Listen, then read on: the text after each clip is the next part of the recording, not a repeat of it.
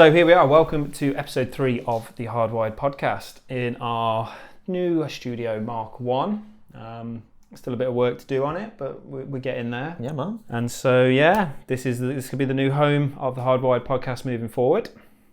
Comfortable? Yeah, man. Yeah, just to say a big shout out to the dog for letting us use it for episode 1 and 2, and we will probably return there at some point down the line. I feel like there'll be an anniversary episode at the dog. Got to at some point. Yeah. And we still do want to go out and try and do some shows at other venues, maybe Subside or The Crew. So if you own a venue you want us to come film us, hit us up. Exactly, yeah, hit us up. Rock City, we are coming for you. We are. So I wanted to start, really, we've just wanted to say thank you to everybody that has supported the podcast so far.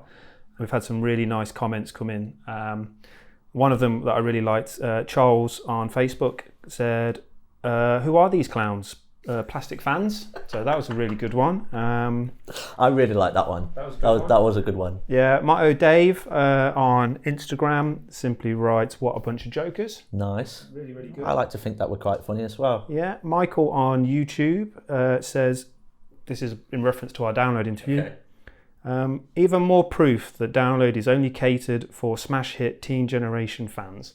Oh, of course. Yeah, because Metallica and Lorna Shore and Parkway Drive are exactly that target market. Definitely. Yeah.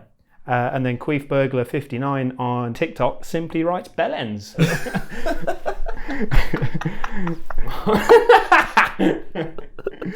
So, cheers for that, mate. Yeah, and thanks. keep Thanks those very comments coming in. I definitely like that one. That last one. Okay, so I saw a news article yesterday, I think it was on Loudwired, that suggested that new metal is popular again based on Google Analytics data, to say that it's now being searched more than what it was back when it first came around. Okay. So are we seeing a new metal resurgence? That is the question. What do you think?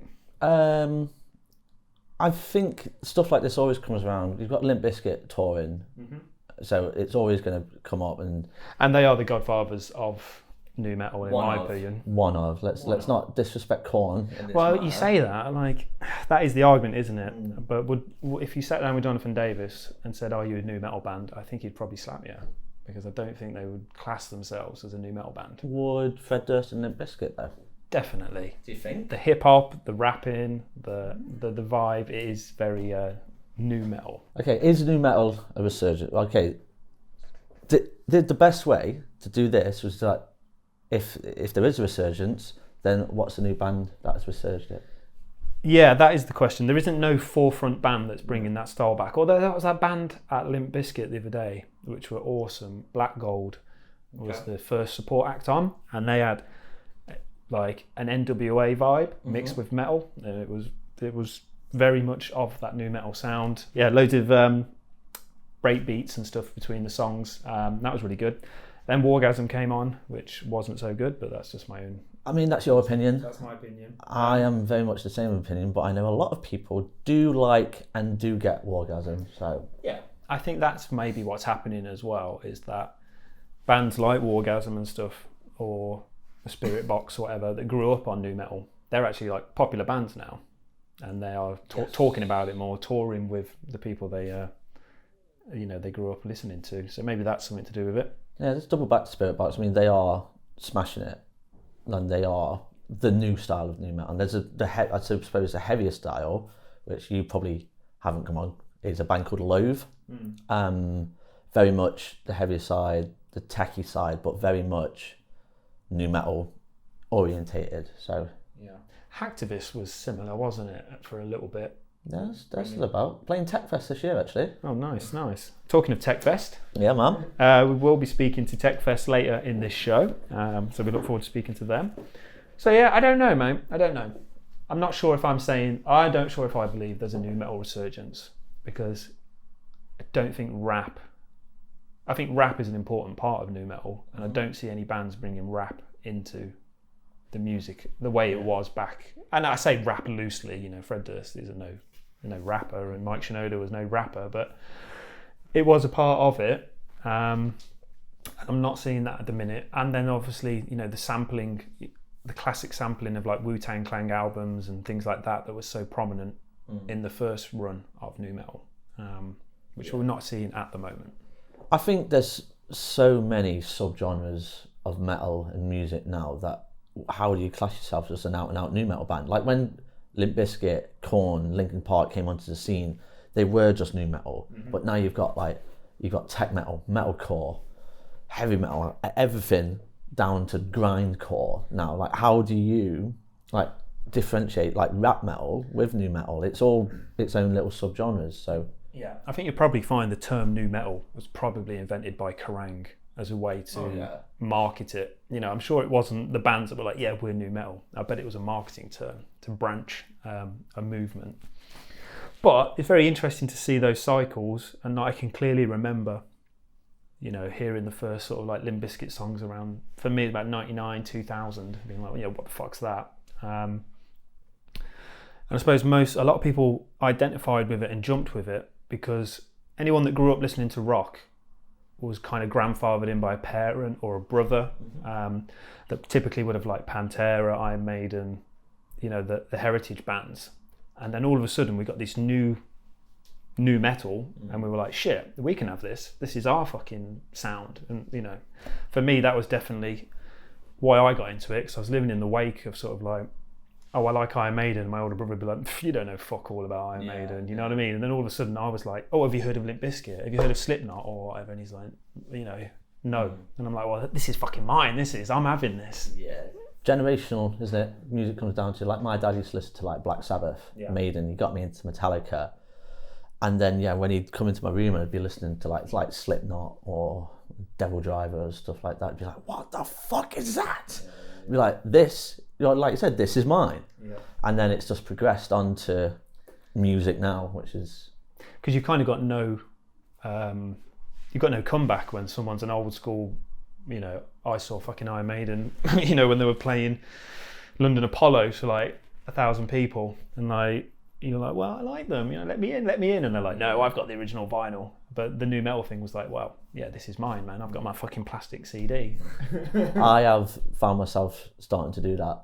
Like, I saw Parkway Drive at the Underground in Stoke in like 2006 when there was like 50 people there, or I saw Bring Me the Horizon in a 100-cap room, and then I take my stuff back. It's like, I am literally that person now. Yeah, I try really hard not to be that person. No, I can't help it.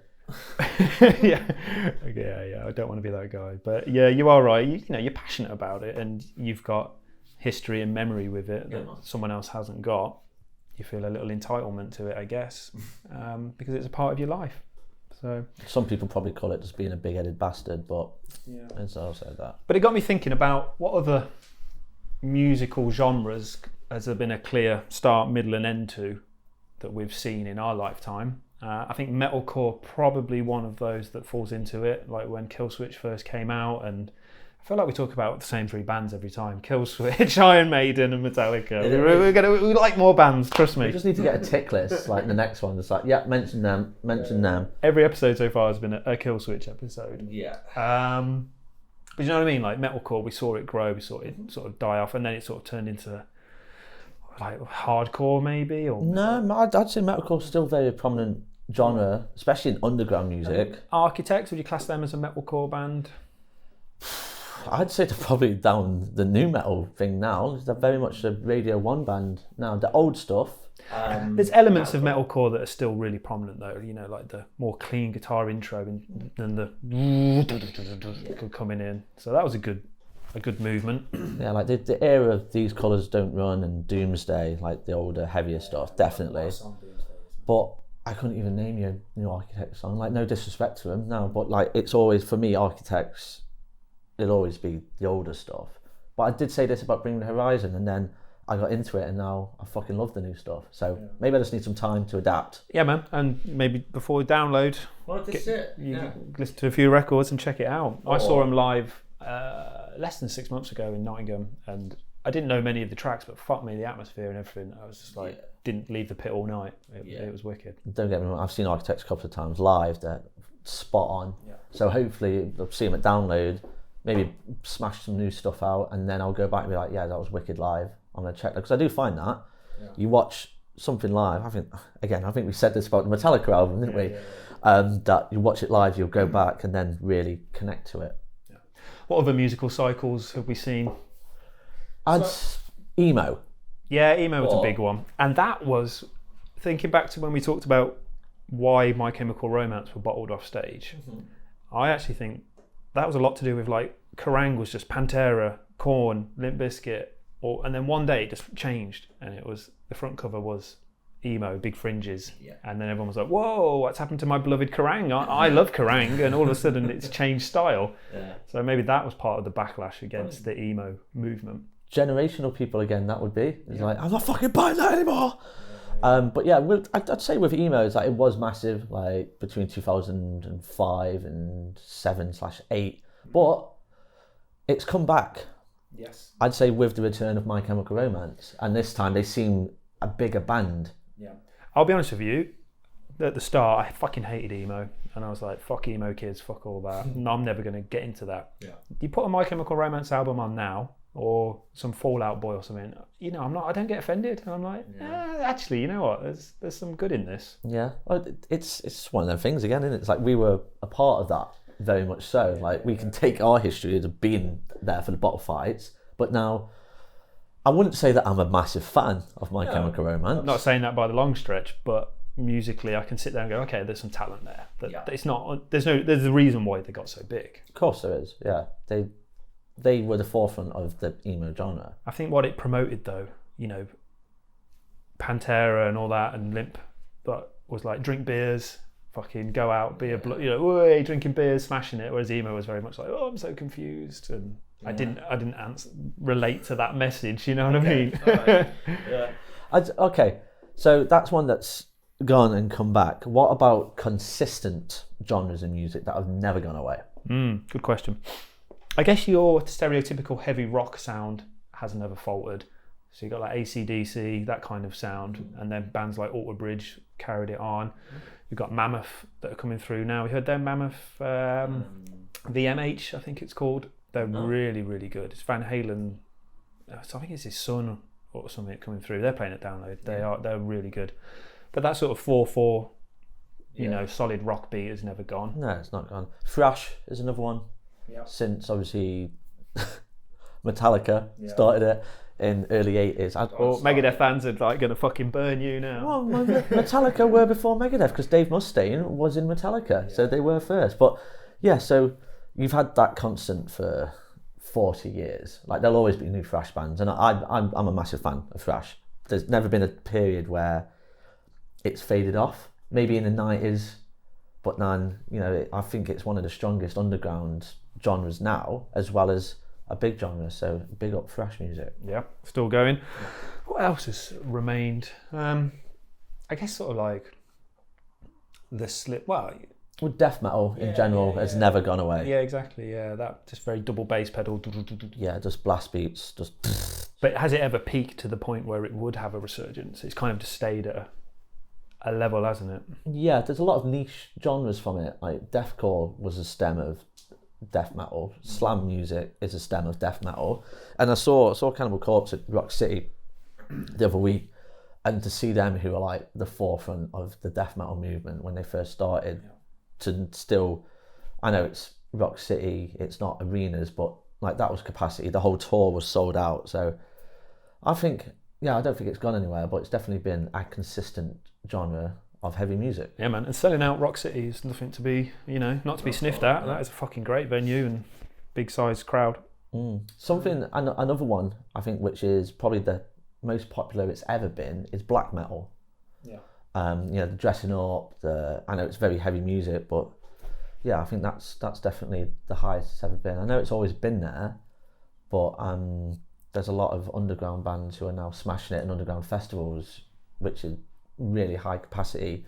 I mean, there's a couple of bands from Derby, one called Abduction. They're absolutely smashing it all over Europe, and they're sort of carrying the thing of black metal as well. How do you feel about tribute bands? Because before we, what did they do in council meetings? Declare an interest. Okay. Let's just go with on a general topic. Tribute bands, good, bad? How do you feel about tribute bands? How am I meant to answer this question? I am very much for it in a limited capacity. I mean, I'm in a Motley Crue cover band myself. I love it. I love the style when it's done properly. The dressing up, the actually sounding like the band. And you can make a pretty little penny from it, to be totally honest. What is the name of your Motley Crue tribute band? Motley Crue is what we are called. That's very good. What are some of the other good ones out there? Mortalica. They're really good actually. Chop Suey's one, isn't it? Yes. Chop Suey. Audio Rage, and they do a mixture of Audio Slave and Rage Against the Machine songs. That's a good one. Iffy Cairo, they're good. There's, going back to emo, there's one called The Black Charade. Yeah, that's a good name. So I run arguably the biggest tribute festival in the UK. It's a 4-day tribute festival held at Catton Park called the Derby Sausage and Cider Festival. And we've been doing that for, next year will be our 10th anniversary of 10 years of tribute bands. But we're always inundated with comments and stuff on the marketing, like fucking book real bands. Why you got tribute acts? What a load of shit.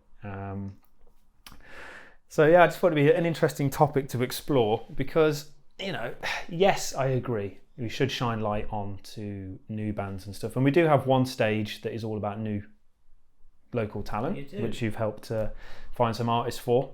But, I've never actually paid to go to see a tribute act, even though I work in that industry. But yeah, so I just wanted to just explore that topic. Are people right to say, there shouldn't be tribute bands, or are people wrong and it's just a bit of fun and it's no harm to the scene? Well, this is it. You're not taking the bands who are doing these tribute acts are not taking any money away from these big acts. If anything, they're giving people who maybe can't afford £100 to see the likes of, like, I'm just going to use Motley Crue, an example, and instead see them for like £7 or £10 in their own show. So no, I don't think there's anything wrong with it. It would be if you were taking direct stream and revenue from these big bands. Like, I'm sure Lars Ulrich has got something to say about the fucking matter. Well, did you see that they actually were bigging up a Chinese cover band? I can't remember what they were called. It was on the Howard Stern show, and he was saying that this band was already out performing new songs off the album before Metallica were. Like, they hadn't even played it live, and there was videos from tribute bands playing them. And he was being very, complimentary about it. I mean, if you can pick up a song from an album that quickly and be out and play it before the band have actually played it, then fair fucking play. But yeah, I don't think there's anything wrong with it. I mean, people make actual living out of it, don't they, when they're doing it properly. Absolutely. When they've got to a stage. Like, we're playing with a band called Dressed to Kill, who are a Kiss cover band, and they're like the oldest running Kiss band in Europe. I think they've been going like 30 odd years. Yeah. Well, last year we had the Bootleg Beatles headline our show, and they had a 5-figure number attached to their payment, and they're doing a show nearly every weekend around the world. That is a legitimate business. Mm-hmm. And then I think that's where tribute bands that's where I've got more time for them, when it's somebody that you can't actually see anymore. Mm-hmm. So you can't watch the Beatles anymore. It's not possible. Yes, so that's the only option. Or like a Linkin Park or something like that doesn't exist, which is kind of what we try to do with our show, is bring some more of those ones that can't be seen anymore, like a David Bowie or something like that. That was fun. Yeah, I mean, as we get later and later into the 2000s, we're going to see a lot of the old school metal bands retire. I mean, we've already seen the likes of Slayer go. Yeah. It won't be too long until AC/DC goes. So cover bands like them, I think, Sam, bring them in. We had an AC/DC cover band. I'm not going to mention what the band was called, but I don't know if there's something that they do in their normal set, but the guy came out, he's doing all the solos, just like a about 10-minute solo piece. And whilst he was playing all these solos, basically got naked during the solos. Like, his t-shirt came off, his trousers came off. Is that something AC/DC do on store? Is it like I've never heard of Angus Young to strip completely fucking naked on stage, no. And considering ours is a family festival and children welcome, I was sweating it at the side of stage a little bit. Yeah, I mean, the only thing I've ever even heard of any similar to that was Flea at Red Hot Chili Peppers when they played Woodstock '99. Well, they used to wear socks, didn't they, on their dongs? Yeah, Angus Young does not strip. He wears the school uniform, doesn't he? And the Trophy hat. Yeah, does not strip naked. But doing that at a family event, that's. I imagine they've come back every year since, have they? No. But they were really good, man. They were really good. But I didn't see that in the preset list. No, I wasn't expecting it. Have you heard of Sniff Bizkit? I have. So that's a Limp Bizkit tribute band, and we were checking them out the other day because Hardwired is hosting one of the stages at the Sausage and Cider Festival on the Saturday, and it's more of a rock day. Yeah. In there we've got Offspring, we've got Green Day tribute Green Haze. You've got Notley Crew, we've got Iffy Cairo, we've got a Royal Blood band as well. Oh yeah, I'm actually really excited to see them. Yeah, Royal Blood are wicked. I've never seen Royal Blood. I've never had the opportunity to, so yeah, I am. But I was looking for a Limp Bizkit band, and I found this Sniff Bizkit on Facebook, and I was like, okay, I'm going to watch a couple of videos, and I saw that they'd done a gig at Rock City, and I was like, oh, wicked, I'll watch that video. And I'm sitting there watching that video, and they're doing break stuff. Literally everyone's wearing red caps and jumping around crazy. I'm like, oh, this looks pretty good. Mm-hmm. And then I was like, hang on, rewind that. Who the fuck's that? And it was literally me at the front of this fucking gig, wearing a red cap, and bearing in mind I don't own any caps, so I've stolen a cap off someone. Right. Absolutely off my fucking face, just like, give me something to break, and I'm like, I have no recollection of being there. When? At all. I just don't remember anything. Next day, I rang everyone, I was like, did we go to a Limp Bizkit tribute act? And I was like, no mate, don't know anything about that. So, absolute cold sweat moment in the office, like, when did I go to a Limp Bizkit concert? When did I go to this Sniff Bizkit concert? I have no memory of it, and why am I in their promotional video? Like, I need to stop fucking drinking. Yeah, nah. So when have you dug any more? Do you not? No, I don't want to dig any deeper. Maybe we'll show the clip. But yeah, no, that was a scary thought, man. What's no recollection? And the poor kid that I've stole the red cap off as well. You bastard! Fucking bastard! Give it here. So yeah, bit of a cunt. You said it, mate. Do you like Maltesers? Who doesn't like Maltesers? Excellent. Right. I got a nice pack of Maltesers for you. Are you getting paid to advertise Maltesers? I fucking wished. So Maltesers, if you're watching. Oh, is it Nestle? I don't know. Is it Nestle? It's probably Nestle. Oh, fucking gotta be me. Yeah. We're happy to accept all endorsements. Yes. They're going to play a little game. Another game. No, we're not. Put that in your ear. Okay. If you win this game, this is the prize that you can win. Nice pack of Maltesers. Cheers, mate. No expenses spared. No expenses spared. Literally what was left in the cupboard after Christmas. From Christmas, what, this year or like previous years? Yeah. So here's the game. I'm going to play 1 second of a song, and I want you to tell me the name of the song. Okay. You get a point for each name, and if you get over 7 points, you win the Maltesers. What's it out of? 10. So I've got to get 7 out of 10. 7 out of 10, because it's a high prize, mate. That's a prize worth winning. If it's anything like the fucking last one, I'm going to get a 0, mate. Right. Clear on the rules? 1 point if you get the title of the song. You get 7 out of 10. 7 out of 10 to win the Maltesers. Okay. Right. Here is the first track. We'll start off easy. It's Master of Puppets. It is Master of Puppets. Congratulations. Yeah. 1 point. He's off. Next track. Prison Song. Ah, very good. See, I thought that was going to get you. Because it's like the same. Yeah, Prison Song, System of a Down. Well done.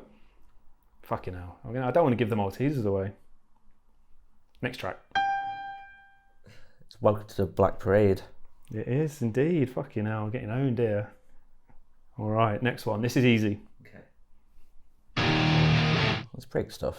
Let's break stuff. Fair enough. Should have made this harder. All right. Next track. I'm Broken by Pantera. Fucking hell. It's going to be a clean streak, this. What am I on? 5? 5 out of 5. Fucking let's go. These aren't even my Maltesers. These are my misses. So I was They're not, mate. They're fucking not anymore. 2 more. Let's go. Right, next one. It's Holy Wars by Megadeth. Full title? Punishment Due? Oh, wanker. All right. One Okay. more, One more for the victory, yeah? This is really going to ruin the last joke song as well. Okay. Right, next one.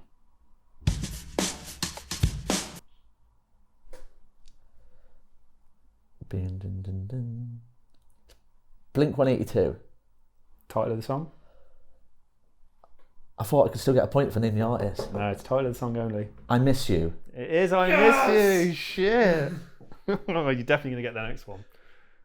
Right, ready? It's Back in Black by AC/DC. That's it. That's done, innit? Go on. Let's go for 10. Let's go for 10 out of 10. Let's go. Yeah, let's go. Okay. Next one, playing now. It's Tribute by Tenacious D. Fucking hell. Clean streak. I've made this far too easy. No, man. This is nice. I like this game. We can play this one again. And then the final song. Okay. Here we go. It's Sorry You're Not a Winner by Enter Shikari. It is. That's 10 out of 10. That's 10 out Fucking. of 10. Well done, mate. I'd like to thank my friends, my family, and that fucking shitty Iron Maiden game from last time. I put that song last as a massive pun. Sorry, you're not a winner. Being like, and you're not a fucking winner either, and taking them back. But you smashed it. 10 out of 10. 10 out of 10. Enjoy your Maltesers, you bastard. Fucking win me. Right, they weren't even my Maltesers to give away, so I'm in trouble here. Right. Because I don't want you to get in the doghouse, you misses, I'm going to give you a chance to win your Maltesers back, mate. So, Maltesers on the table. I've got a game for you. Oh, God. Right. What we got? Name the Deathcore logo. Yeah. Okay, so easy as I'm going to show it you on my phone. We'll show them, we'll pull it on the screen. Tell me what band it is. They get easy and finish quite difficult. These aren't the hardest ones, man. I've eased into it because I know you're a bit of a pussyhole when it comes to Deathcore logos. You know what I mean? So let's go. So number one, nice and easy start. What does that say? Right. So, just to be clear, like I am dyslexic and I don't have a huge knowledge of whatever you call it, deathcore. Fucking hell. This one's quite readable. Why don't you zoom out a bit on it? Have a look from afar. Something boy. Yeah? No. Yes. Does that say boy at the end? I'm going to go with Bedford Cowboy.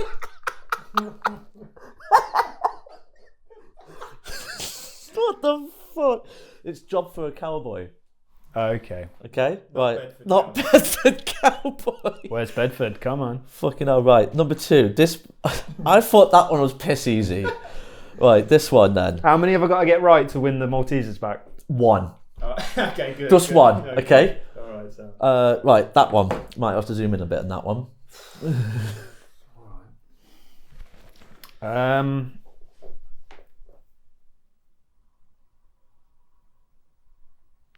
Hazard? Ozark? You're closer with Ozark.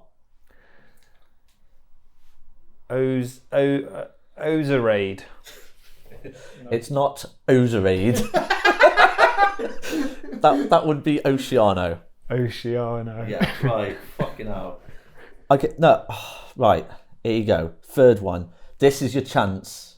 This is your chance. If you don't get this one, I'm sorry, but the Maltese, you're not going to be taking the fucking Maltesers back to your missus, mate. All right. Come on.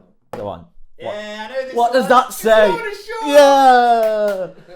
Right. I know Lorna Shore. Right, Yeah. sound. And I only know that because we fucking talk about him every episode as well. Okay, right.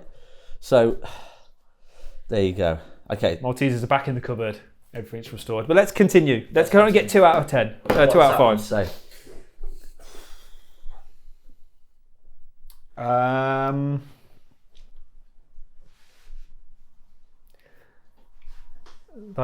Yeah. What do you think it says? What letters can you see? Fucking hell, it's like primary school, this is. I know, but I'm dyslexic, man. So, like, certain words I can't even see. You know, like through and thought, they're the same word. Yeah. I can't distinguish them.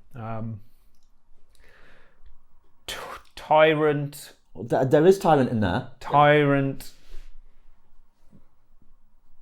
Tyrant's the last word. Oh, I thought that was the first word. Yeah, that's the last word. I thought it was the first word. Fucking tortured tyrant. But that's the closest you've been. That's to obey a tyrant. Wow. Yeah. Okay, right. I'll just give you one more because you've already got the Maltesers back. And this is embarrassing. And yeah, all right. What does that say? That is a tree. Yeah, that's an actual thorn bush, that one is, mate. Right, but there you go. Maltesers are back in the game. Rich is not getting castrated today. You're welcome. Right, while we're on the subject, death metal logos. Yes. Right.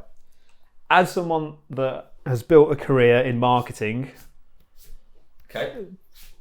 they're not exactly in line with what you would put out on a marketing strategy of having a very readable branded logo. No, but it's the genre and it's the style, and you couldn't have a band like Oceano or To Obey a Tyrant in Times New fucking Roman, could you? Yeah. It would, on a t-shirt, can you imagine? Just like all this deathcore style, like dark, demonic artwork, and then just Oceano, like just block. Yeah. No, I get it, man. Who was the first then? Who was like one of the how did it start getting all squiggly, and then who was taking it like to the next level? I mean, every band now is taking it to the next level. Even bands who don't do deathcore, like, will have some sort of deathcore. Bring Me logo. the Horizon got a deathcore logo now. One of thinking of marketing, actually, part of the download marketing has included their more deathcore style one. Because obviously the normal Bring Me the Horizon one is just the block. Yeah. But yeah, they've got a squiggly one, a thorn bush style one, if you want to call it. Is that like really low end, too readable for any? That is too readable. It's fucking piss easy. You could probably even get that one as well, mate. Yeah, but no, it has got extreme. Like some logos, I can't read it, or it's like I can't even make out a letter. But yeah, I'll be walking down the street. I've got loads of t-shirts with like logos like that on, and someone will be like, "What the fuck does that say?" And you're like, "What do you mean? There's fucking nothing wrong with this." It's a crazy one, but yeah, no, man, I get it. It's the genre, it's the thing, but like some people have took it to the next level. You see all those memes online where it's like a leather chair that's been ripped. I love that one. What deathcore band's this? Yeah, I think that's sick. Did you like the thorn bush at the end? Yeah, you like the tree? Yeah, but no, I'm smarter than that. I know I've been in a few thorn bushes in my day. I imagine. Was it Limp Bizkit night as well? Was it? Yeah. All right. So today's special guest, I know we mentioned it earlier, we're going to have Mr. Simon Garrod from Techfest on the show. The guy that books all the bands, believe formed the brand, and is just all-time top dog of the festival. Simon, do you want to introduce yourself, man, and say hello to everyone? Hi guys, my name is Simon Garrod, and as you rightly said, I run UK Techfest. Before we talk about your event and stuff, can you tell me how you got into metal music yourself, and what your journey was into rock and metal, and how you ended up here? It probably started when I was a kid. I was like a massive Michael Jackson fan. Obviously, like all the Eddie Van Halen solos and the Slash solos, all of that. That obviously led me to like Van Halen, Guns N' Roses. I got into all the classic rock like Thin Lizzy, Black Sabbath, and eventually Metallica, Trivium, Chimera, and that was off the radar from there. Do you know what I mean? But yeah, like I sort of played guitar as a kid. I was like a little classical kid when I was younger. I was playing like Papa Roach when I was in like year 5 on like a classical nylon acoustic. Many years ago. So I mean, I probably would say I started as a guitarist really, and then sort of got really into sort of nerdy metal. I suppose about 15 years ago, I realised like underground bands were more musically talented than the greats that you see headlining all these festivals in terms of like musicianship. And so I kind of just sided with that and was always on the side of like shred and just mad drums and just talented musicians. Obviously Lost in Lavender Town, you reckon they're like prime example of that. Like, they're technically a very underground band, but they can out-shred pretty much most bands on the planet. I don't think everyone would argue with that after they've seen them. Do you know what I mean? Just before we get into anything else, how's current things going, and how is Techfest 10 10th year, is it? If memory serves me right. Yeah, we're calling it the 10th edition because the 10th anniversary was during COVID in 21. So we rolled over the 2020 lineup to 21 and then again to 22. So we kind of classed that as the 9th main event, and then this one's the 10th edition.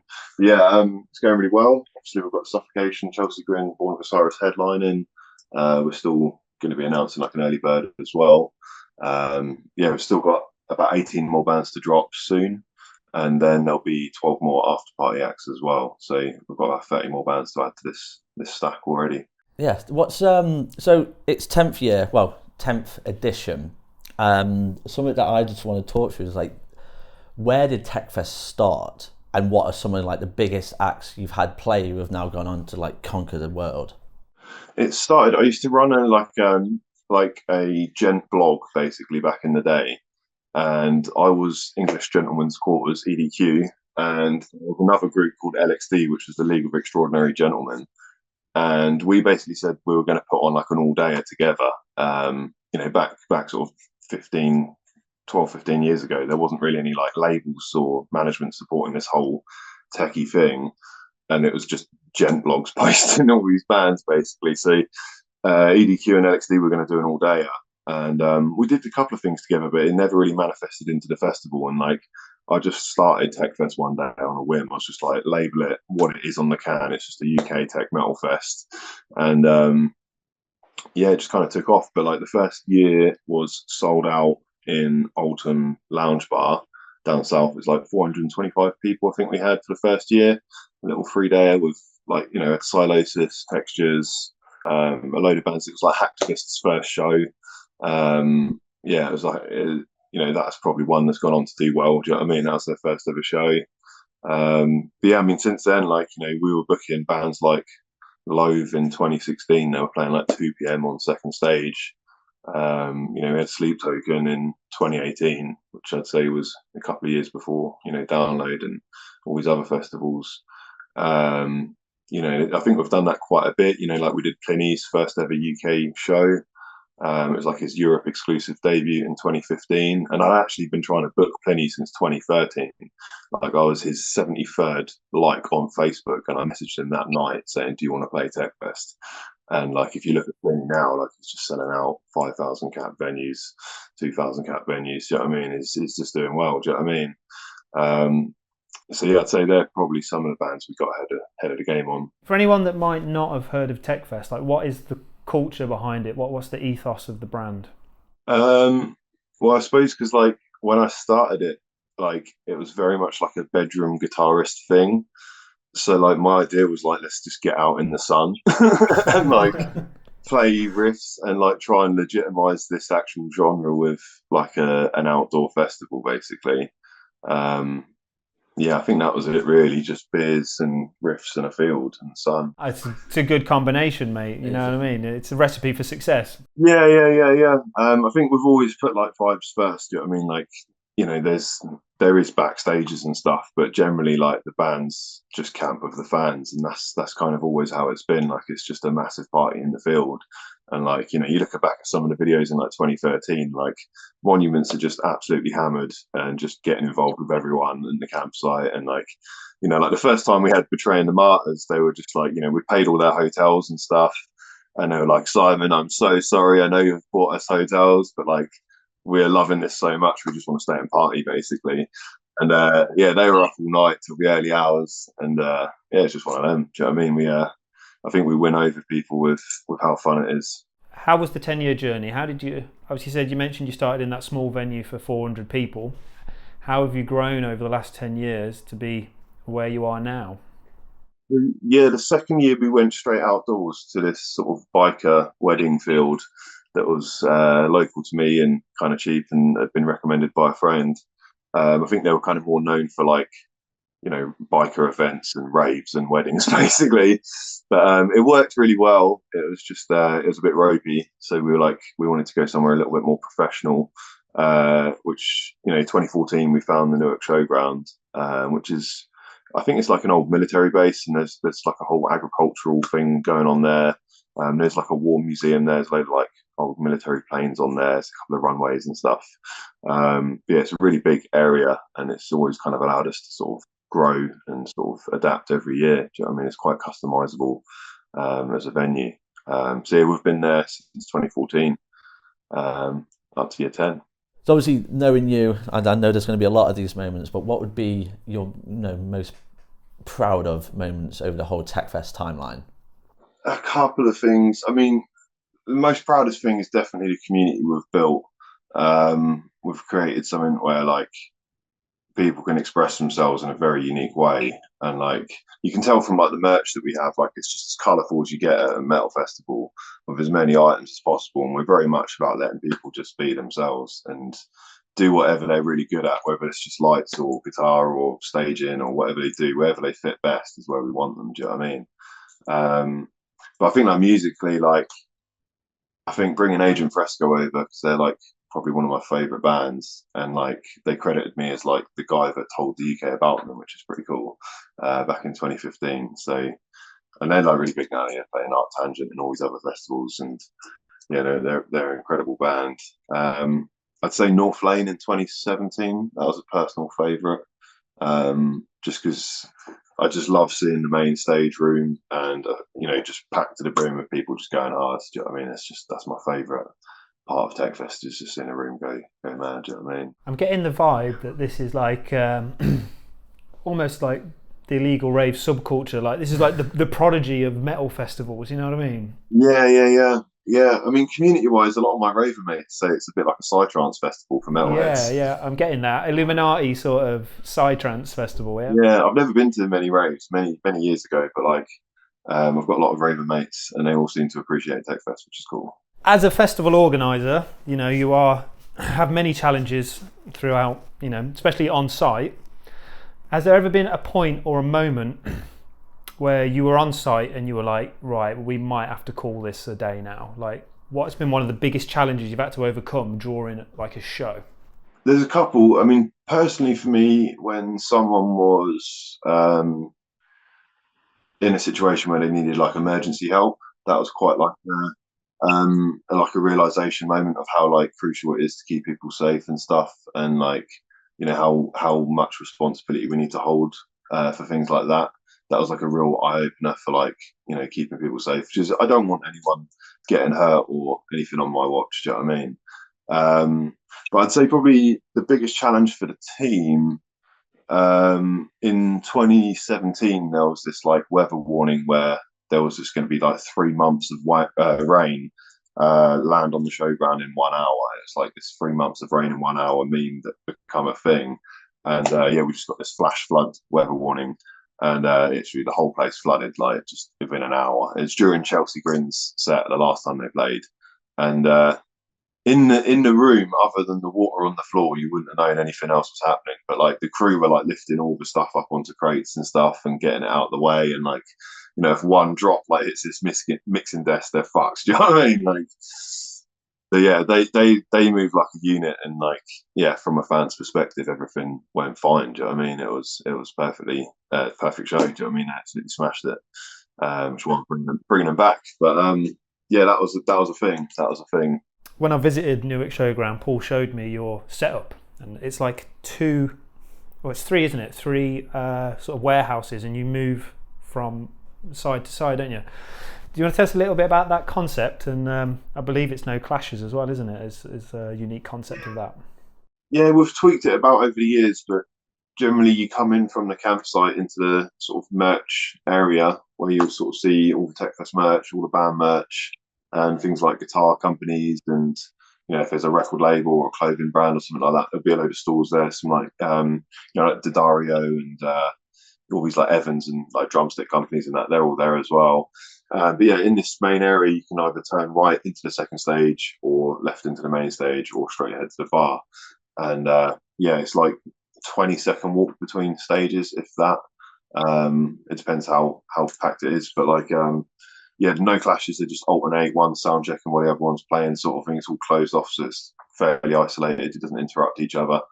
And then the only clash of the weekend is the workshops which run in the day, which would be things like guitar lessons or like product demos from like a Strandberg or Aristides or something like that, or sort of like we do like a lot of industry insights. So it'll be like managers talking or PRs talking or booking agents. Liam did one last year, spoke about Unearthed and what he's doing behind the scenes in the industry and that. So we try and make it like an educational platform as well.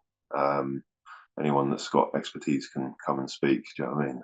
That's awesome, man. That's a nice, unique touch to give it some variation other than just buy a beer, watch a band, buy a beer, watch a band all day. Yeah, it means like on the main lineup, you can see every single band you're paying for, and you can see their set in full. Like it might overlap by 30 seconds, but like we're pretty fucking tight when it comes to running things. Thanks to Amanda, like she runs it like a ship.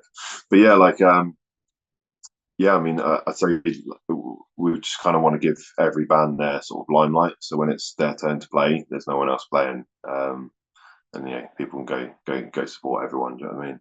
Speaking of bands and limelight, over the years you've probably had some lovely rider requests, Simon. Is there one that really stands out as being the most ridiculous rider request you've ever had? Not really. I think most bands are fairly reasonable that we've booked.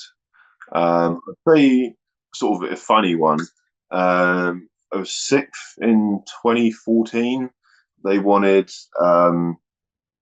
pictures of Jessica Alba in their dressing room. We did. They asked for one, and we provided more than that. So we technically didn't read the rider correctly.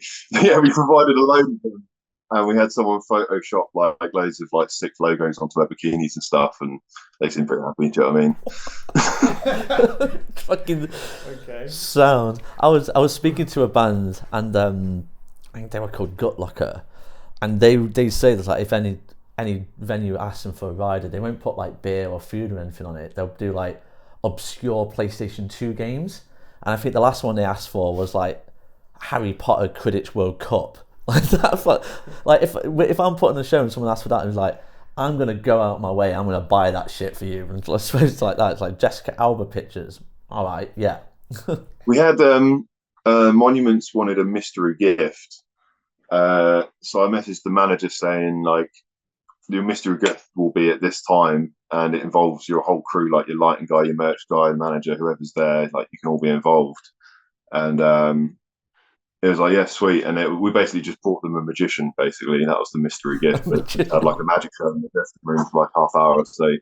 But we've done that for quite a few bands, thanks to my mate Will, and we have a guy called Mitch doing it as well now. We've got a couple of magicians in the team. I also was a magician once. I used to be a member of the Magic Circle when I was a kid, basically. So I can actually do a few tricks myself, but I'm nowhere near as good as these guys. Is that why you like stopping TechFest to pursue your dreams of being a magician, Simon? Is that it? Yeah. No, I haven't done it in a long time, but I crack out the odd trick now and again. You mentioned the community and the tech fan earlier. How do you think, or how have you seen they're taking obviously the news that you broke the other week that this will be the last one for the foreseeable? I mean, I say like TechFest is for life, Tech Fam is for life, not just for TechFest. And like, even last night, like local gig, loads of TechFest bands, Archeon and From Our Ashes, come down to my local venue, and it was literally just like we're at TechFest. Do you know what I mean? It's just loads of mates. We're all catching up. Yeah, I've actually got Sam from Archeon sleeping on my couch. He's a bit hungover this morning. Yeah, I mean, it's going to continue the fan vibe. Do you know what I mean? Wherever we go, like it's going to be a thing, and it's as I say, I was very clear to say it's a hiatus for now, not the end of TechFest. Do you know what I mean? I'm still going to be about in the scene. I'm still going to be going to shows. I'm still going to be promoting bands. I'm still going to be like helping people behind the scenes, speak to managers, agents, and book tours and stuff, and probably sending them your way, Liam. Do you know what I mean? So like, it's one of them. Like, I just need a bit of personal time because I've done this for like 12 years now, plus, a couple of years before that I was doing EDQ. So I've pretty much given about 14, 15 years of my life to promoting fucking down-tuned riffs. Like, yeah, I'm not going to stop that. Do you know what I mean? I've got a lot of stuff planned, but like, yeah, I just need some time to sort my personal life out. I've like lost my dad this year, which is, obviously like a absolute killer. And that, and just constantly doing TechFest every year, it's quite draining. Do you know what I mean? Like it's, as soon as you finish, you've got to promise dates, you've got to sign contracts with venues, you've got to get contractors in, you've got to get bands booked. Everyone's asking you when it's happening, where's the ticket links and stuff. And like, it's just nice to have a bit of time off from all that. Do you know what I mean? Like, at least now I can sit back and look at it from a distance and kind of be like, well, I want to change this, I want to change that, I want to do it here, I want to do it there. Do you know what I mean? And there's no pressure for me to do it next year or any time. Like, it's always going to be TechFest if I'm putting on a show. Do you know what I mean? The timing's right, mate, because like you say, the second people leave that festival site, you go straight into the next cycle of your next event. So if you don't buy yourself that bit of time, before you know it, you're already wrapped up in the next cycle and you're doing early bird tickets and everything else. And it spirals from there, doesn't it? Everything's very different from when I first started it. The economy is fucking tanked at the minute, and there's just, buying a rider is like 3 times more expensive than it was when I started. Everything's going up. Money's just worth nothing these days. And, I think just giving the world a bit of time to try and sort itself out. The climate right now is not conducive to running festivals. Do you know what I mean? It's just a hard time for events all over, and it's hard on the fans, which then in turn makes it hard on the festivals because everyone's needing more money to make things happen. So yeah, it's just one of them. I want to take a break for a little bit and just kind of reformat it, and it'd be nice to not think about it for a little while as well, just to have a bit of a brain break from it. Do you know what I mean?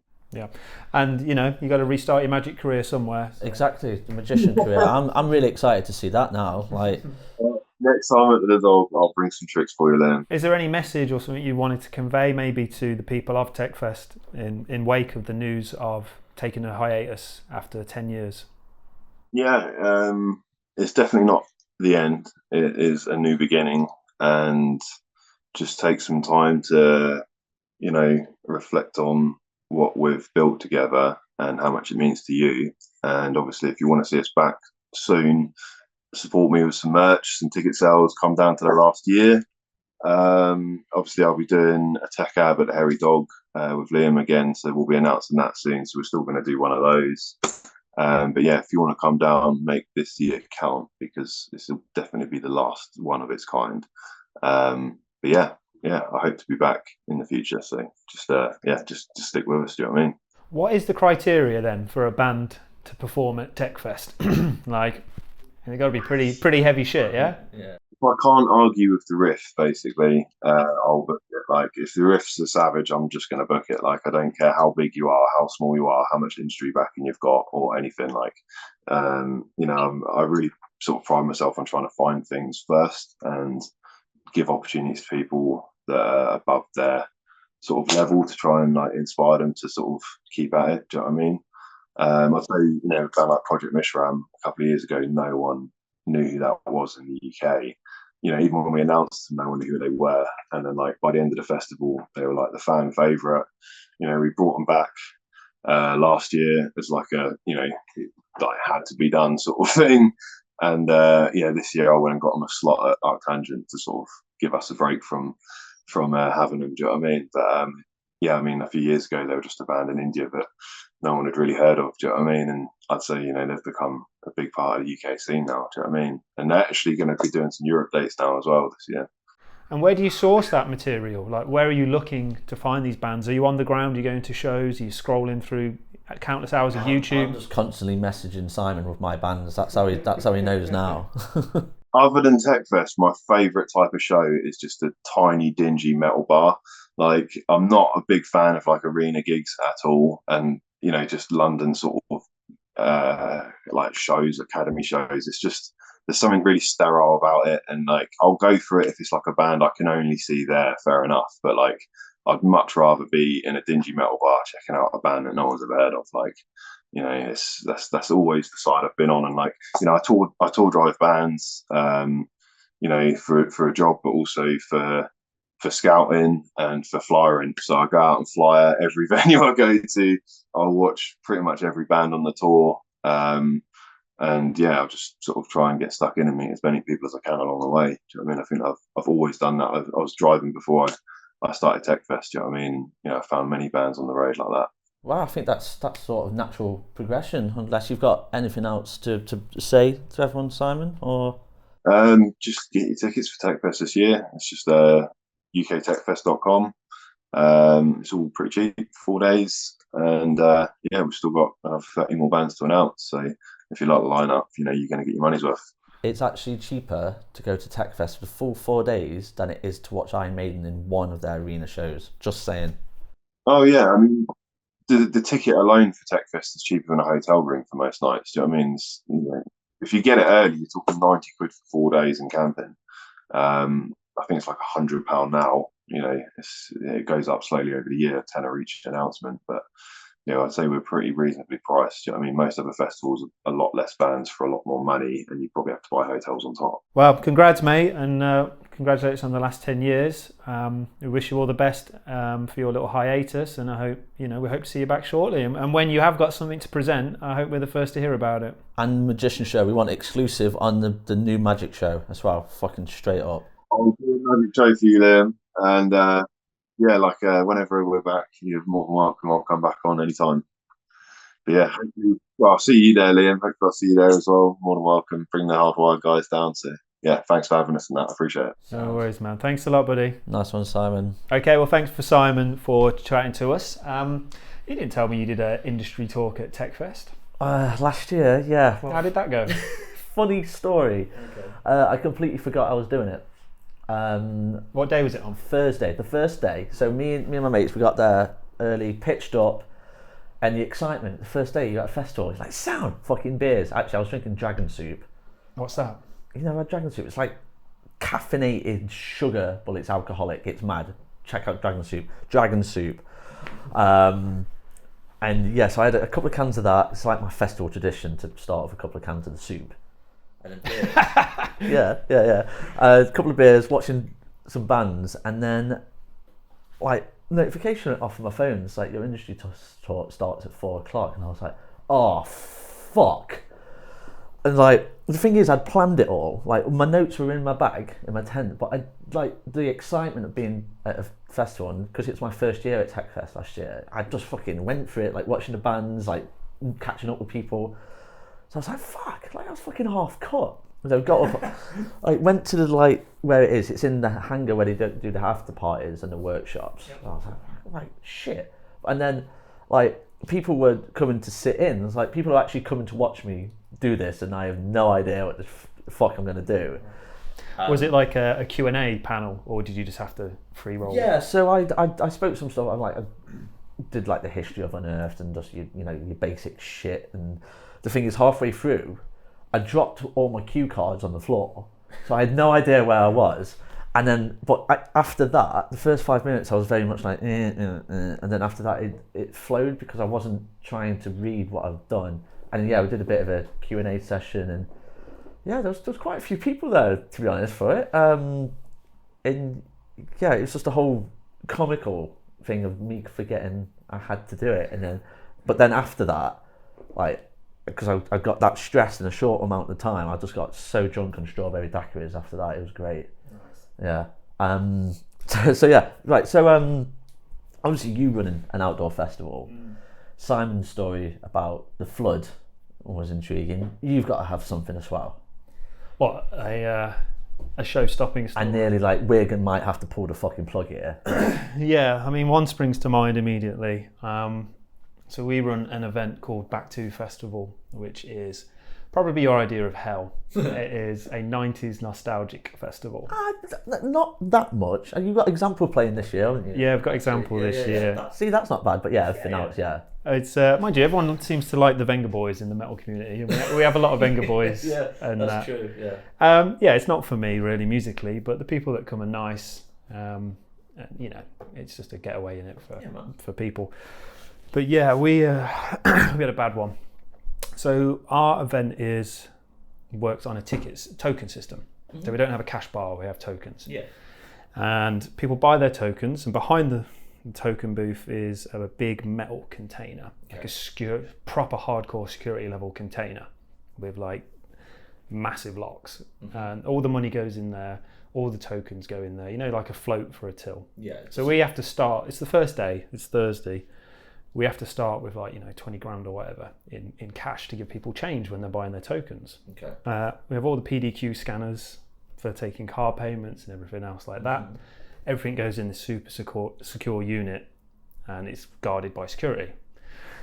And then the guy that runs it, the guy that owns the festival, Jimmy, he was like, right, I'm gonna get all the money out. So he goes up to the machine. He's the only person with a key. Okay. And he's opening the door, and I don't know, it's not quite working, and he's fucking ragging it. And because it's such a high level security thing, because he's ragging the door, the thing thinks someone's trying to break into it. 4 massive security bolts just fire. This thing's on lockdown, man. You are not getting into it. So currently, no one can buy a drink, and this was at like 10 to 11, and the arena opens at 12. So we ring every locksmith within like a 20-minute drive away, and we're like, get here now. And we're like, fuck it, we're not just gonna ring 1, let's ring 10, and whoever gets here first can have the job. Yeah. You know what I mean? And like we're there, and we're like, it's getting close to opening, and then the queues are starting to build up to get into the arena. And we're still completely locked out. We've got no PDQs, no money, nothing, so we can't even like do anything. And that first wave of people buying tokens is pretty much all we sell all weekend. You know what I mean? People buy their tokens, and it drops. It's just a little flutter after that. So we're shitting it, man, and we don't know what to do. And then in the end, we had to ring like a local company to come down with an axle grinder and literally cut the door off. By which time the crowd had already come in, and you can just sort of see the door through the gap in between the token booths. So we literally got like 6 security guards holding up this big black turf to hide the fact that we're just there like cutting through this fucking door. There's fucking sparks in the literally sparks flying everywhere. We managed to cut into it by about 15 minutes after like the arena had opened, and I had to grab everything out. But obviously, if we couldn't have got in there, we couldn't took any money for food, couldn't sold any drinks, couldn't sold like nothing. So that was close to a showstopper. I mean, beers at festivals, like if people came in, it's like, sorry, we can't sell you any beer. Yeah. Like, what the fuck? Can you imagine the onslaught of just like, you can't buy any food, you can't buy any drinks. Yeah, but here's your music, please. But yeah, no, that was a rough one. How about you, man? Any close calls on the event circuit? You ever had a no-show where a band's just literally not communicated, just not turned up, and you've got like an hour's gap to fill? I mean, obviously not on the scale that you or Simon do it. What I do at the Hairy Dog, it's all indoor. I've not got the thing of having to worry about the bar. So obviously the Hairy Dog run everything and weather and good internet. Well, arguably, but yeah, most venues are fine. But fucking hell, I can't remember what band it was. I suppose I wouldn't name him anyway, but it was Altfest last year or the year before COVID. It all sort of blends into one, but it was one of my headliners, and it was about 5-6 o'clock, and music had started at 12, and they were meant to load in at 10 in the morning to do their headline sound check, and then obviously they have their rider and do what the fuck they want all day. But yeah, they weren't there. They just hadn't turned up for sound check, so in the end we had to just sound check the first band, and so they sound checked the stage. Luckily I knew the guys who opened that day, they were fucking sound. And yeah, so that was 5 o'clock, then 6 o'clock turned over. And what time were they on? So they stood on stage at 9:30, right. 7 o'clock.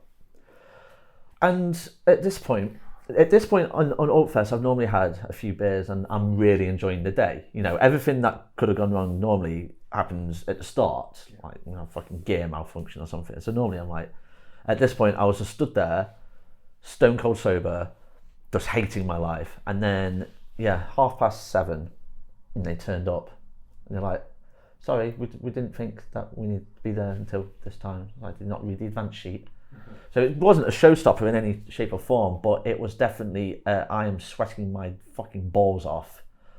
But yeah, I've had bands drop out in the lead up. On the day? Never on the day. No, fucking touch wood.